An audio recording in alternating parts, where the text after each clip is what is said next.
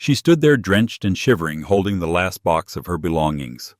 She thought rock bottom was the divorce papers signed yesterday. She was wrong. The roar of a V12 engine cut through the storm, and a sleek silver Bentley swerved intentionally toward the curb. A wall of filthy street water rose up slamming into her, coating her cheap coat in black sludge. Laughter echoed from the car as it sped away. Her ex-husband thought he had just humiliated a nobody. He had no idea that the woman he just splashed was now the wife of the man who owned his entire world. This isn't a fairy tale, this is revenge. The rain in Seattle didn't just fall, it hammered against the pavement like it had a personal vendetta. Elowen Vance stood on the corner of 4th and Pike, clutching a soggy cardboard box that contained the remnants of 5 years of marriage. A chipped picture frame, a few novels, and a scarf she had knitted for a man who no longer loved her. She checked her watch, a cheap plastic thing, because she had pawned her vintage Omega to pay for the divorce lawyer. 5:45 p.m. The bus was late. Again. "Just keep moving, Elowen," she whispered to herself, wiping a wet strand of blonde hair from her forehead. "Just survive today."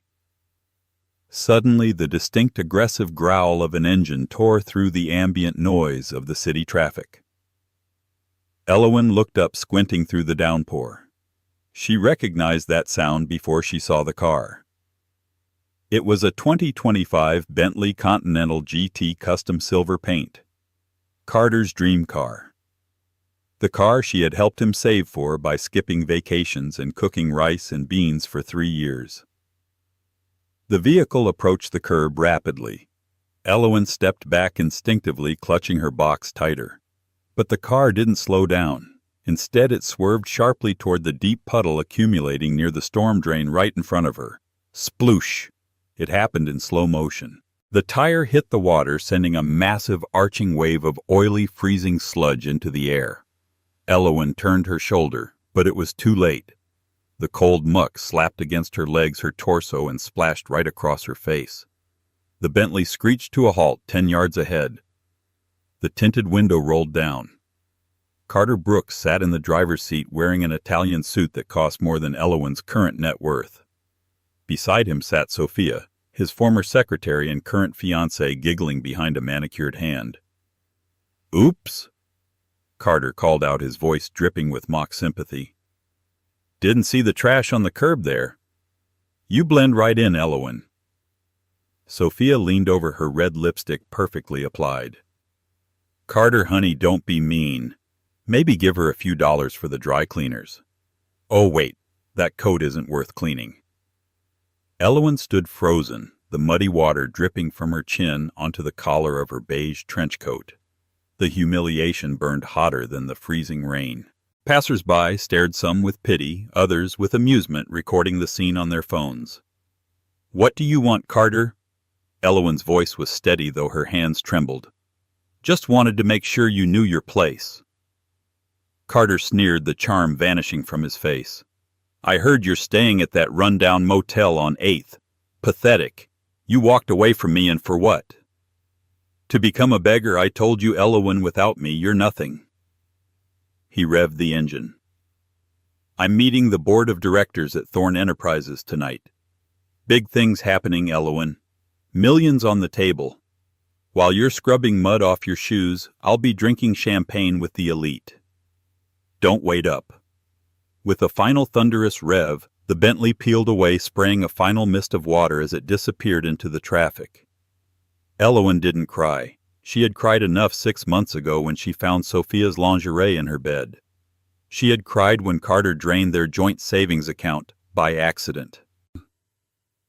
Today she simply took a deep breath, reached into her pocket, and pulled out a handkerchief to wipe the mud from her eyes. "Thorn Enterprises," she murmured, watching the taillights fade. A strange, bitter smile touched her lips. "He's going to Thorn Enterprises." She looked down at her ruined coat. Carter thought this was the end of her story. He thought she was defeated. He didn't know that the rundown motel was a cover. He didn't know that the phone in her pocket was a secure line. And he certainly didn't know that the meeting he was bragging about, the one with the mysterious CEO of Thorn Enterprises, was a meeting she could cancel with a single text message. Because yesterday, in a quiet, judge-free ceremony in a private chapel in Tuscany, Elowyn Vance had legally become Elowyn Thorne. Elowyn walked 2 blocks away from the busy intersection, turning down a quieter side street where the shadows stretched long. She tossed the soggy cardboard box into a recycling bin. She didn't need the past anymore. A black limousine, indistinguishable from the other high-end town cars in the city, except for the small, discreet emblem of a hawk on the rim, sat idling in a no-parking zone. As soon as she approached, the rear door opened. A tall, imposing man in a dark gray suit stepped out holding a massive black umbrella. This was Marvin, the head of security for the Thorne family. He didn't look at the mud on her clothes with judgment. He looked at it with professional assessment. "Ma'am," Marvin said, shielding her instantly from the rain. "Mr. Thorne is waiting." Elowyn slid into the back seat. The interior was a different world, warm, smelling of rich leather and faint sandalwood. The noise of the city vanished, replaced by the soft hum of the climate control. Sitting on the other side of the cabin was James Thorne. At 34, James was the enigma of the Western business world. He was the owner of Thorne Enterprises, a conglomerate that had its hands in everything from tech to shipping. The tabloids called him the Silent King because he rarely gave interviews and never ever lost a deal. He had dark hair, sharp features that looked carved from granite, and eyes that were usually cold until they landed on Elowyn. He looked up from his tablet, and his expression darkened instantly as he took in her appearance. The mud on her cheek, the stained coat, the shivering. James didn't ask what happened. He simply set the tablet down, his movements precise and dangerous. He reached into a compartment, pulled out a warm plush towel, and moved across the seat to sit beside her. "Who?" James asked. His voice was low, a baritone rumble that vibrated in the quiet cabin. It wasn't a question of curiosity. It was a question of targeting. Elowyn accepted the towel, dabbing at her face. "Carter." James's jaw tightened. He took the towel from her gently and wiped a smudge of dirt from her neck himself. His hands, usually so ruthless in the boardroom, were incredibly tender with her. "He splashed me with his car," Elowyn said, a dry laugh escaping her. "He wanted to remind me that I'm trash. He said he's going to a meeting at Thorne Enterprises tonight to close a deal." James's hands paused. He looked at her, his dark eyes narrowing. "He's meeting with my acquisitions team regarding the Brooks Logistics merger." "He seems to think it's a done deal," Elowyn said, leaning back against the leather seats, finally feeling safe. "He told me he'd be drinking champagne while I scrubbed my clothes." James pressed a button on the intercom. "Marvin?" "Yes, sir," came the voice from the front. "Contact the legal department. Pause the acquisition of Brooks Logistics. And get me the security footage from the intersection of 4th and Pike from the last 20 minutes. "Right away, sir." James turned back to Elowyn, wrapping his arm around her shoulders, pulling her into the warmth of his suit. "He won't be drinking champagne, Elowyn. I can destroy him before dinner." "No," Elowyn said softly, placing her hand on James's chest. "Don't destroy him yet. Not like that." James looked at her, intrigued. "You want mercy. I want justice," Elowyn corrected, her eyes hardening. "If you cancel the deal now, he'll just think it's bad luck or business. He won't know it was me. He needs to know James. He needs to realize that the trash he splashed mud on is the woman holding his leash." James smirked, a rare expression that made him look devastatingly handsome. He kissed her forehead. "So what do you propose, Mrs. Thorne?" "Let the meeting happen," Elowyn said. "In fact, I want to be there. But not as Elowyn Thorne, not yet. I want to be there as his consultant." "He fired you from his life," James noted. "Exactly. But he's desperate. I know the numbers of his company better than he does. He cooked the books last year to hide assets during our divorce. If I walk into that gala tonight, he'll be terrified I'm going to expose him. He'll try to kick me out. He'll make a scene." "And when he does," James asked, "then?" Elowyn smiled. "You introduce your wife." James pulled out his phone. The annual Thorn Charity Gala is tonight at the Grand Ritz. He's on the guest list because he's a prospective partner. I'll make sure you have a horrific seat right at his table." "Perfect," Elowen whispered. "One condition." James said, his thumb grazing her cheekbone. "You wear the red dress, the one I bought you in Milan, and you wear the sapphires." "That's a lot of attention for a nobody," Elowen teased. "You're not a nobody," James said fiercely. "You are the queen on this chessboard, and tonight we take the pawn." The car turned smoothly toward the towering glass spire of the Thorne residence. Elowen watched the city blur by. Carter was probably laughing right now, drying off his Bentley, toasting to his future wealth. He had no idea that the mud he splashed had just started a landslide that would bury him. The Grand Ritz ballroom was a sea of velvet, silk, and diamonds. The air smelled of expensive perfume and ambition. The Thorn Charity Gala was the event of the season in Seattle, where the city's billionaires rubbed shoulders with politicians and celebrities. Carter Brooks strode into the room like he owned it. Sophia was on his arm, wearing a silver gown that was a little too tight and a little too sparkly for the occasion. She looked around wide-eyed, clearly out of her depth, but trying to hide it with arrogance. "Keep your chin up," Carter hissed at her. "And stop staring at the chandeliers. Act like you belong here." "I do belong here," Sophia snapped. "Is that the CEO, the old guy?" "No, you idiot, that's the mayor. James Thorne hasn't arrived yet. He always arrives last." Carter adjusted his bow tie. He was nervous. His logistics company, Brooks Logistics, was bleeding money. He had hidden the losses well, but he needed this merger with Thorne Enterprises to save his skin. If this deal fell through, the creditors would come for the Bentley, the house, and everything else. He spotted his table 4. It was near the front, a good sign. "Come on," Carter said, guiding Sophia through the crowd. "Let's sit and—" He froze. Sitting at table 4, calm and composed, sipping a glass of sparkling water, was Elowen. She looked different. Gone was the soggy trench coat. She was wearing a dress that Carter didn't recognize, a deep blood-red velvet gown that hugged her curves and pooled elegantly on the floor. It looked vintage or custom.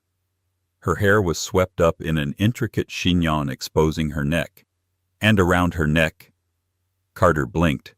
It looked like a sapphire necklace. A big one. But it had to be fake. Elowen barely had money for rent. She certainly couldn't afford jewelry that heavy.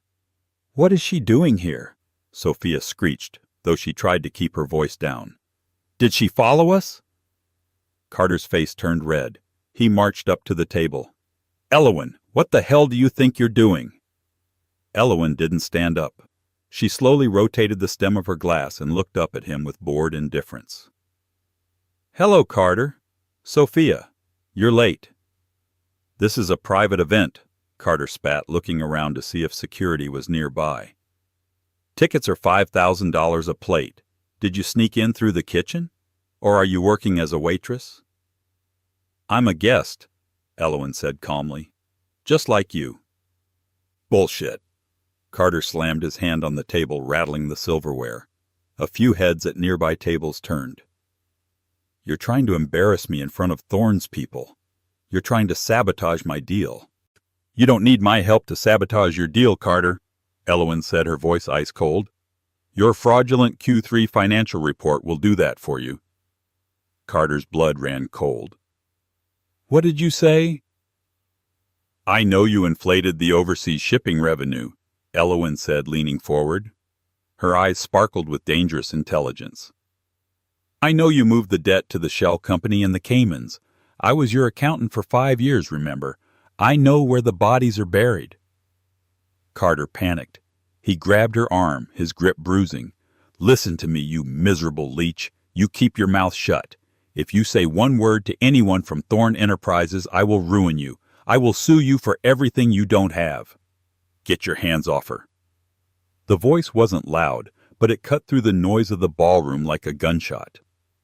Carter froze. He turned around. Standing behind him was a man he had seen only in magazines. He was taller than Carter, broader, and radiated an aura of absolute power. He wore a tuxedo that fit perfectly, and his eyes were fixed on Carter's hand on Elowyn's arm. It was James Thorne. Mr. Thorne, Carter stammered, instantly releasing Elowyn and stepping back. He wiped his sweaty palms on his pants. I didn't see you there. What an honor. James didn't look at Carter. He looked at Elowyn. Is this man bothering you? Carter laughed nervously, stepping in between them. Oh no, Mr. Thorne. This is just my ex-wife. She's mentally unstable. She crashed the party. I was just about to call security to have her removed so she doesn't disturb your evening. Sophia chimed in, batting her eyelashes. Yes, it's so embarrassing. She's been stalking us. James's gaze finally shifted to Carter. It was a look of pure disgust. You want to remove her? James asked. Yes, immediately, Carter said, gaining confidence. She doesn't belong here. Well, look at her. She's nobody. James took a step forward, invading Carter's personal space. The temperature in the room seemed to drop 10 degrees. It is fascinating, James said, his voice carrying to the surrounding tables which had gone silent, that you wish to remove the guest of honor. Carter blinked. I'm sorry, guest of honor. James walked past Carter and extended his hand to Elowyn. May I? Elowyn smiled, a genuine, radiant smile that Carter hadn't seen in years. She placed her hand in James's.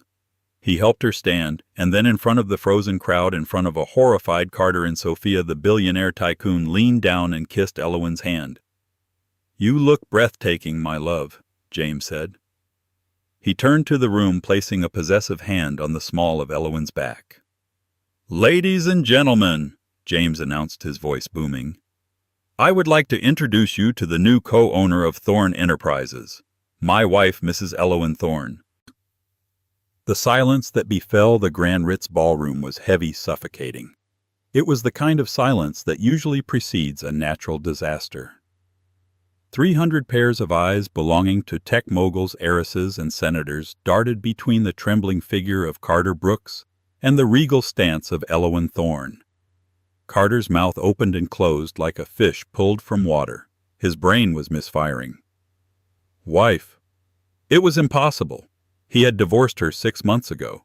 She was destitute. She was buying groceries with coupons. How could she be standing there, draped in velvet and sapphires, holding the hand of the most powerful man on the West Coast? This is a joke. Carter sputtered, his voice cracking. He looked desperately at the people at the nearby tables. You're all being played. She's a fraud. She's a manipulator. Sophia, realizing her social ladder was burning down beneath her heels, tried to distance herself. She took a half step away from Carter, but James's gaze pinned her in place. A fraud, James repeated, his voice dangerously calm. You accuse my wife of deception. I accuse her of being a gold digger, Carter shouted, losing his composure entirely.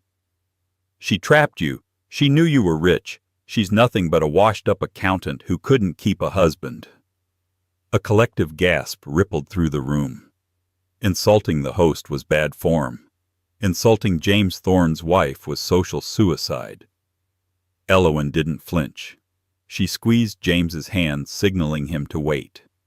She stepped forward, the heavy sapphire necklace catching the light. She looked at Carter, not with anger, but with a pity so profound it cut deeper than hatred. You're right, Carter, Elowyn said, her voice clear and amplified by the acoustics of the room. I was an accountant. I balanced your books. I managed your household. I saved every penny so you could buy that silver Bentley. And when I had nothing left to give, you threw me away. Because you were boring, Carter yelled, sweat beading on his forehead. You were dead weight. And what did you do today to the dead weight? Elowyn asked softly. Carter froze. Elowyn turned to James. Darling, perhaps we should show our guests the entertainment we prepared. I think it speaks to the character of the man asking for their business. James nodded to a technician in the corner. Play it. Behind the stage, a massive 4K LED screen, usually reserved for charity impact videos, flickered to life. The grainy but high-definition footage from the dashboard camera of a nearby Tesla, which Marvin, the head of security, had procured within the hour, filled the room. The scene was undeniable. The rain, the lone woman on the corner, the silver Bentley approaching. The audio was crisp. "Oops, didn't see the trash on the curb there." "Carter, honey, don't be mean." "Oh, wait, that coat isn't worth cleaning." The splash was magnified on the giant screen. The wave of black sludge hitting Elowen. The laughter from the car. The video cut to black. The ballroom was dead silent. Then the murmurs started, a mixture of disgust and shock. He did that to a woman.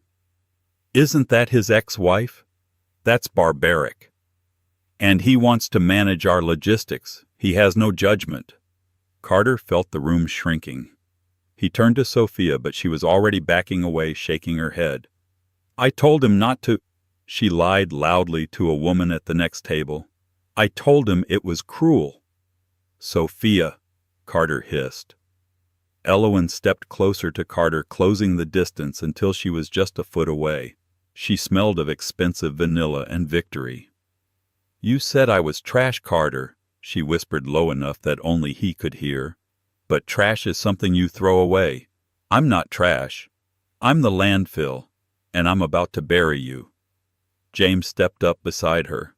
"Mr. Brooks, you are trespassing on private property. And regarding the acquisition of Brooks Logistics," James paused, letting the tension build.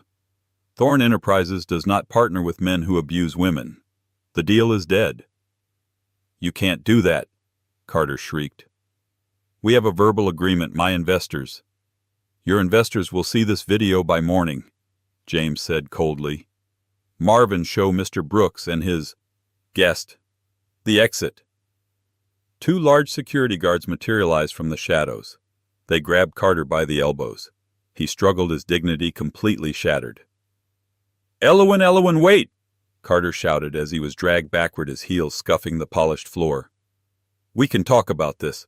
I was just stressed. Elowen, please." Elowen didn't look back. She turned to her husband, who wrapped his arm around her waist. "Shall we dance, Mrs. Thorne?" James asked. "I'd love to." Elowen smiled. As the orchestra struck up a waltz and the couple moved to the center of the floor, Carter Brooks was thrown out into the rain, the same rain he had used as a weapon just hours before. But this time there was no Bentley waiting for him.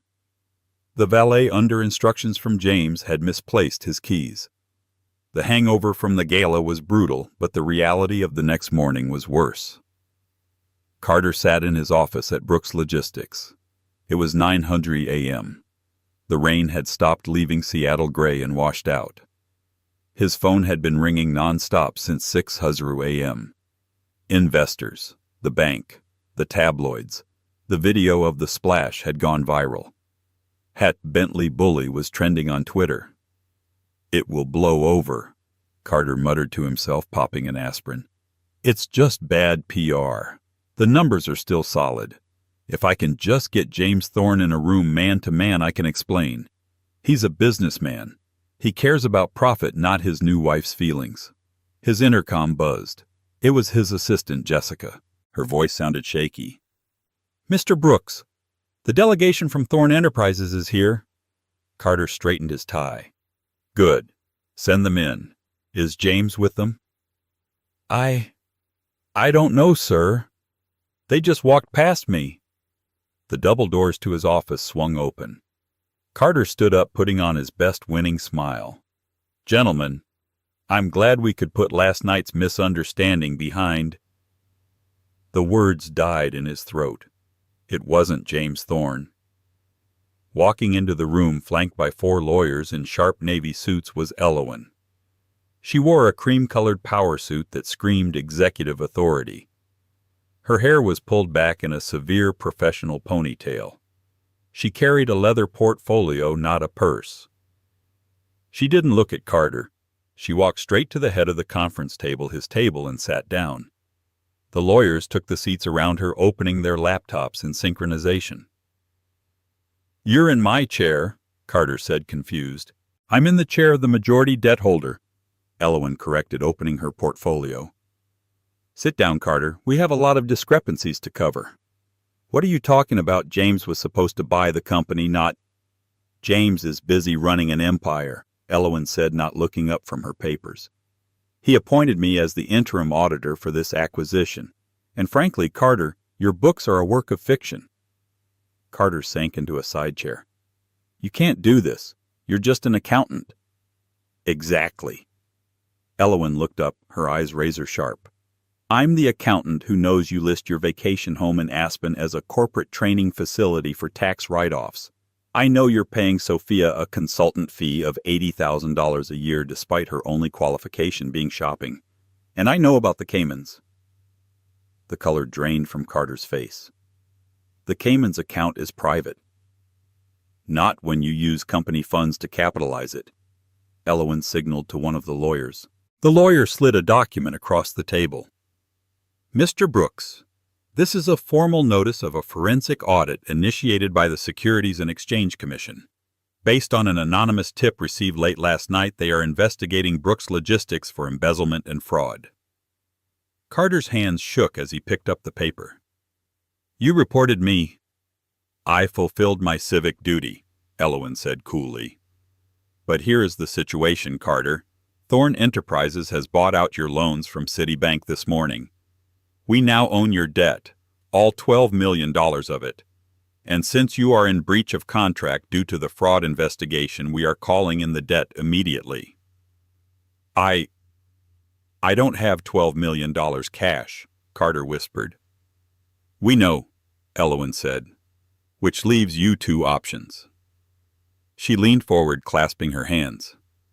Option A. We proceed with the lawsuit. You go to federal prison for tax evasion and fraud. The company is liquidated. You lose everything and you spend the next 10 years in a cell. Carter swallowed hard. And option B. Option B. Elowen said, sliding a second document across the table. You sign full control of Brooks Logistics over to Thorne Enterprises for the price of $1. You resign immediately. You vacate your company-owned house by midnight. And you leave Seattle. $1, Carter choked. This company is my life. This company was built on my unpaid labor and your lies. Elowen shot back, her voice rising for the first time. I crunched the numbers, Carter. I stayed up late fixing your mistakes while you were out networking with Sophia. I built this foundation. You just put your name on the door. She uncapped a heavy fountain pen and set it on the document. Sign it, Carter, or I make the call to the FBI right now. Carter looked at the pen. He looked at the lawyers who were watching him like sharks. He looked at Elowen. There was no love left in her eyes. Only the cold, hard calculation of a woman who had been pushed too far. He thought about prison. He thought about the orange jumpsuits. With a trembling hand, Carter Brooks picked up the pen. He signed his name. Smart choice, Elowen said, snatching the paper away before the ink was dry. She stood up. Security will escort you out. You have 1 hour to pack your personal effects. Do not touch the computers. Elowen, Carter said, his voice small, broken. What am I going to do? Where am I going to go? Elowen paused at the door. She looked back over her shoulder, replicating the exact pose she had on the street corner. I hear the motel on 8th Street has vacancies, she said. But bring a raincoat. It's pouring out there.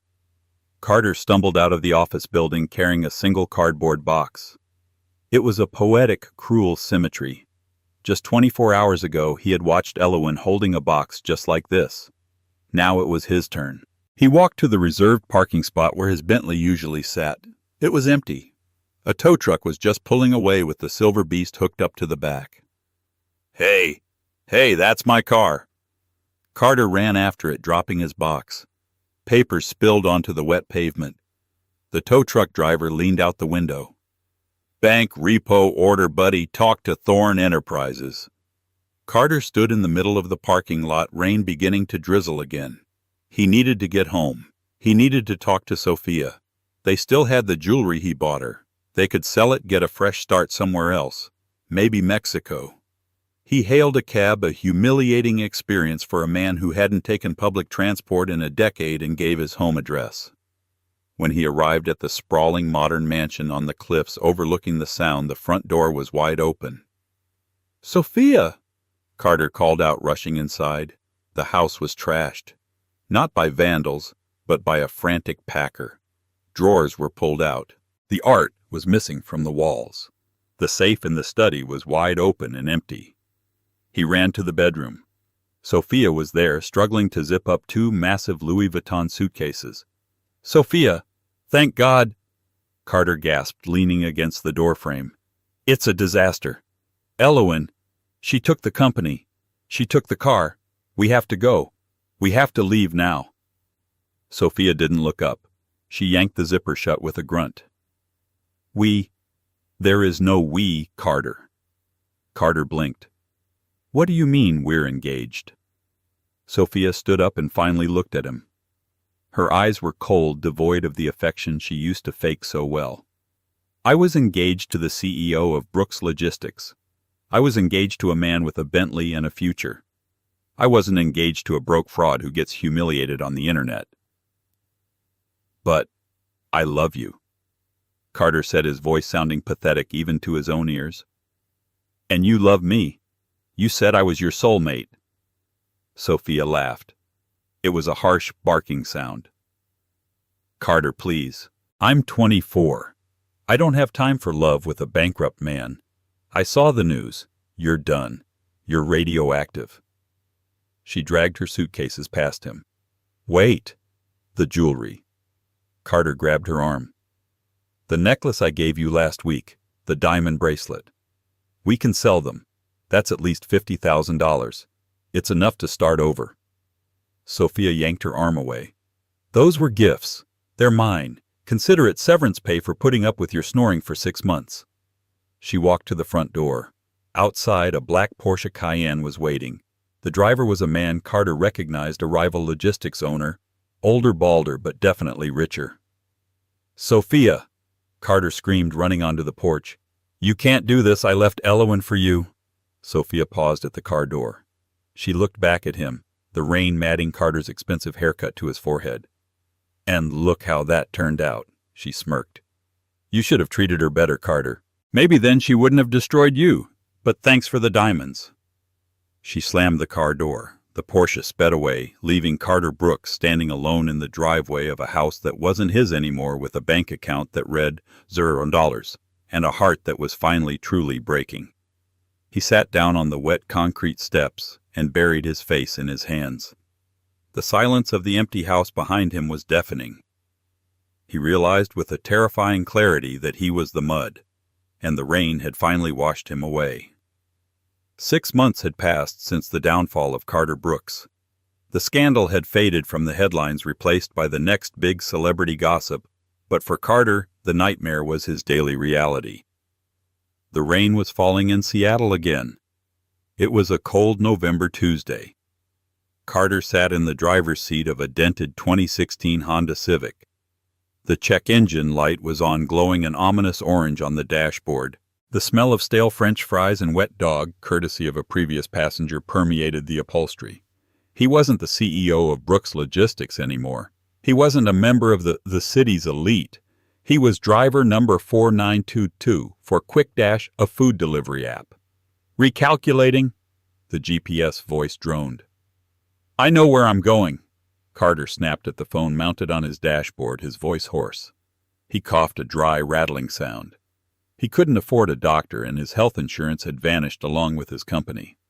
His phone pinged. New order pickup from Le Monde. Delivery to 1400 Highland Drive. Carter's stomach dropped. 1400 Highland Drive was the Thorne estate. He stared at the screen, his thumb hovering over the decline button. He couldn't go there. He couldn't face them. But then he looked at his fuel gauge. He was running on fumes. If he didn't take this high-value order, he wouldn't have enough gas to get back to the studio apartment he was subletting in the industrial district. "Swallow your pride, Brooks," he muttered. "You're just a delivery guy. They won't even look at you." He picked up the food, 4 bags of expensive seafood and steak from the city's best restaurant. The smell made his mouth water. He had been eating instant noodles for weeks. The drive up the winding hill to the Thorne estate was torture. He remembered driving this road in his Bentley, fantasizing about the day he would be invited here as a peer. Now he was coming to the service entrance. He pulled up to the massive iron gates. He pressed the intercom button. "Delivery for Thorne," he said, trying to disguise his voice. The gate buzzed open. Carter drove up the long driveway, the gravel crunching beneath his worn-out tires. The house was glowing with warmth. He could see silhouettes moving behind the floor-to-ceiling windows. It looked like a gathering, a celebration. He parked and walked to the front door, head down, cap pulled low. He just wanted to drop the bags and run. He rang the doorbell. The heavy oak door swung open. It wasn't a maid or a butler who answered. It was Elowen. She looked radiant. She was wearing a soft cashmere sweater and jeans, holding a baby monitor in one hand. She looked younger, happier, and more alive than she had ever looked during their 5 years of marriage. She looked at the bags of food, then up at the delivery driver. Time seemed to stop. Carter froze. He wanted to turn and run, but his feet were lead. He slowly lifted his head, locking eyes with her. "Here's your order," Carter whispered, his voice cracking. Elowen stared at him. She didn't gasp. She didn't scream. She didn't look angry. She looked unbothered. "Thank you," she said politely. She reached out and took the heavy bags from his trembling hands. "Elowen," Carter choked out. He couldn't help himself. "It's me."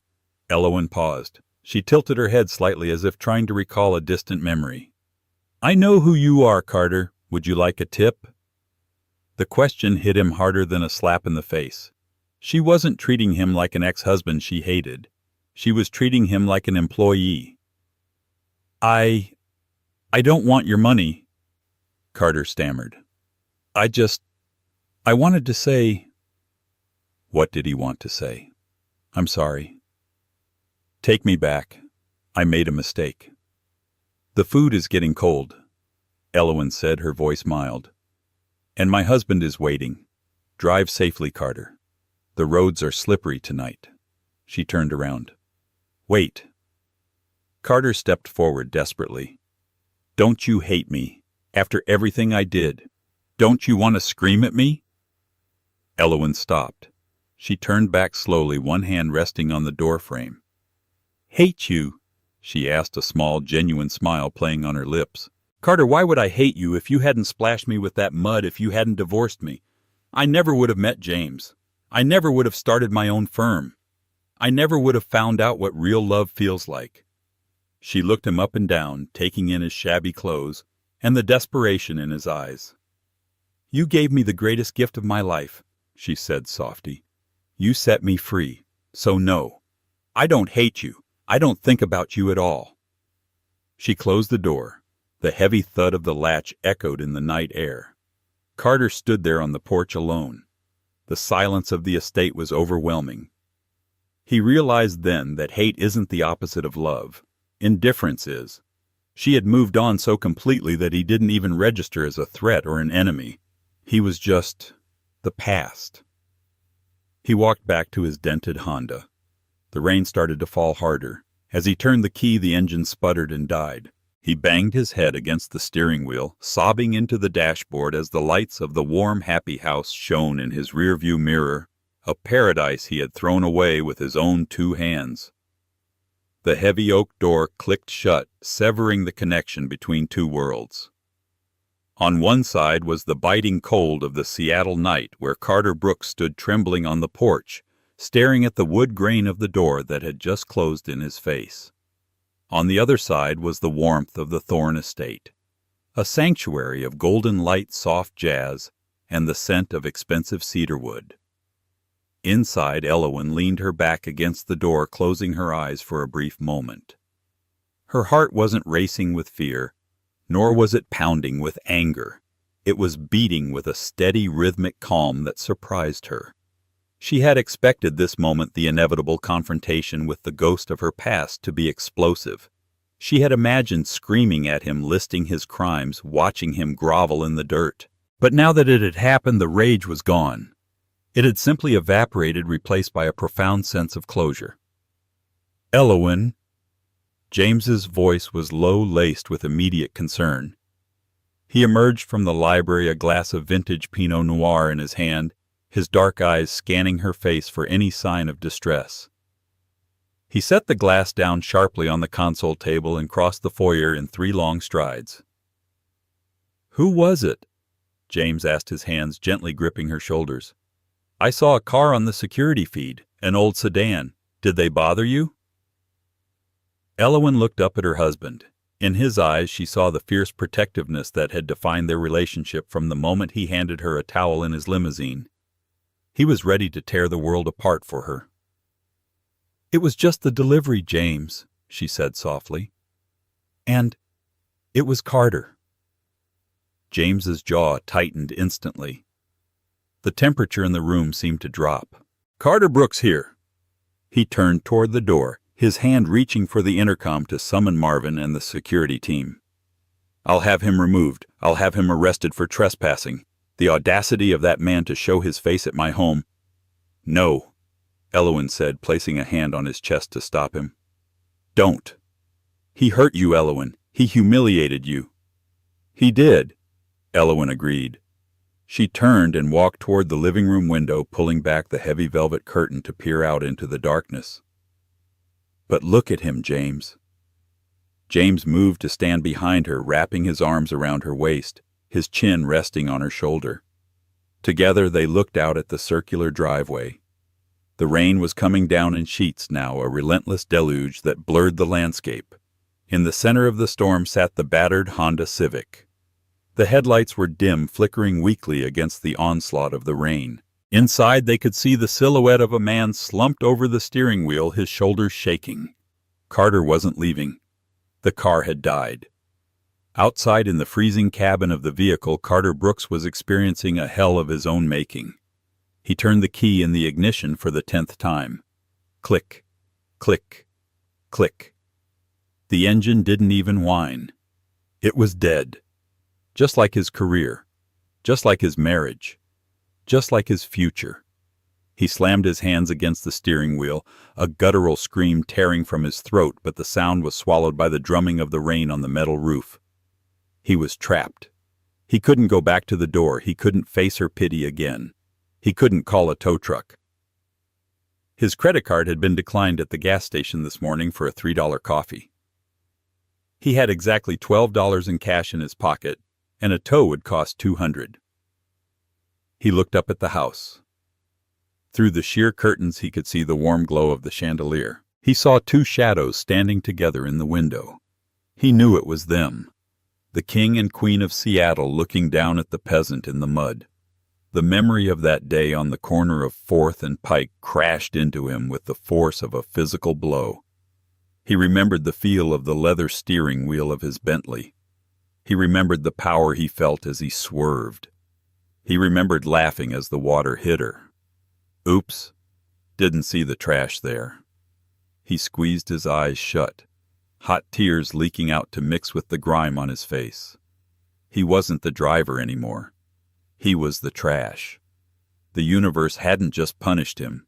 It had dismantled him piece by piece to show him exactly how small he really was. Inside the mansion, James watched the scene with a cold, calculated expression. "He's stranded," James noted without sympathy. "Fitting. Let him walk back to the city in the rain. It's poetic justice." Elowen watched the broken man in the broken car. She thought about the anger she had carried for months. It was a heavy stone she had been dragging around waiting to throw it at him. But now, looking at him, she realized she didn't want to throw the stone. She just wanted to put it down. "If we leave him there," Elowen said quietly, "we are no better than he was.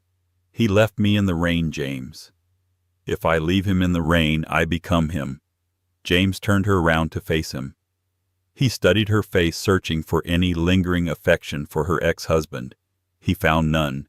He saw only a grace that humbled him. "You are a better person than I am, Elowen Thorne," he whispered, kissing her forehead. "What do you want me to do?" "Call the towing company," she said. "The best one. Have them pick him and the car up. Pay for the tow. Pay for the repairs. And have the driver take him home."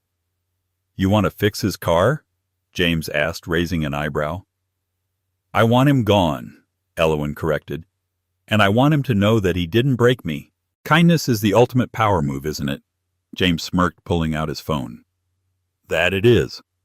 20 minutes later, the flashing orange lights of a heavy-duty tow truck cut through the darkness. Carter, shivering violently in his thin jacket, watched in confusion as the massive vehicle backed up to his Honda. A burly driver in a yellow slicker hopped out and tapped on Carter's window. "You call for a tow," the driver shouted over the wind. Carter rolled the window down an inch. "No, I didn't call anyone. I can't afford it. Go away." The driver chuckled, hooking a chain onto the Honda's bumper. "Bill's already paid, buddy. Full service. Tow to the shop and a ride home for you. You got a guardian angel in that big house." Carter froze. He looked back at the mansion. The curtains were drawn now. The light was still on, but the window was empty. A guardian angel. Fresh tears streamed down his face. It wasn't just money. It was mercy. He had splashed her with mud, and she had responded by lifting him out of it. It was a kindness so undeserved that it burned worse than any insult. As the truck hoisted his car into the air, Carter climbed into the passenger seat of the cab. As they pulled away, driving down the long, winding road away from the estate, he didn't look back. He couldn't. But he made a silent vow to the empty night. He would find a new job. A real one. He would work. He would pay it forward. He would try for the first time in his life to be a man worthy of the mercy he had just received. Back inside the Thorne residence, the silence of the storm's aftermath was peaceful. Elowen walked up the grand staircase, the plush carpet soft beneath her feet.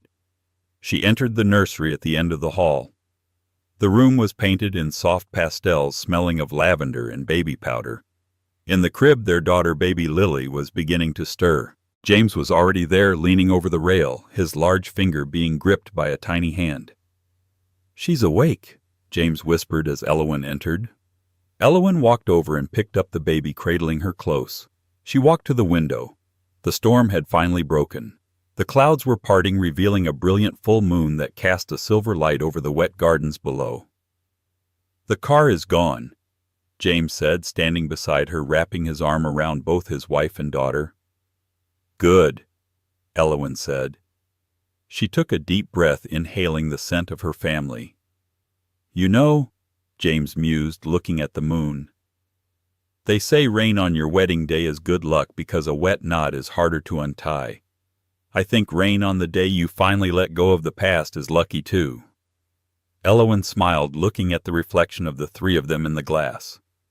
She thought about the mud that had ruined her coat that day. She thought about how she had cried on the bus. She thought about how that moment of absolute despair had led her to this moment of absolute joy. "It wasn't just rain, James," she said softly, resting her head on his shoulder. "It was a baptism. The old Elowen washed away so this one could be born." She looked down at Lily, who was cooing softly, her eyes wide and trusting. "And I like this Elowen much better," she added. James kissed her temple. "So do I, my love. So do I." Outside, the last drop of rain fell from the eaves of the roof, landing in a puddle below. The water rippled, clearing slowly until it reflected the moon bright and unbroken. The storm was over. The mud was gone. And for Elowen Thorne, the sun was just about to rise. And that is the story of Elowen and Carter. It's a powerful reminder that the wheel of fortune is always turning. Carter thought he was on top of the world when he splashed mud on Elowen, but he didn't realize that arrogance is often just the first step of a long fall. Elowen's journey teaches us that the best revenge isn't always destruction. Sometimes it's just becoming so happy and successful that the people who hurt you no longer matter. What would you have done if you were in Elowen's shoes? Would you have helped fix Carter's car at the end? Or would you have let him stay stranded in the rain? Let me know your thoughts in the comments below. If you enjoyed this story of justice, drama, and karma, please hit that like button. It really helps the channel. And don't forget to subscribe and ring the notification bell so you never miss a new story. We upload brand new dramas every week. Thanks for listening, and I'll see you in the next video.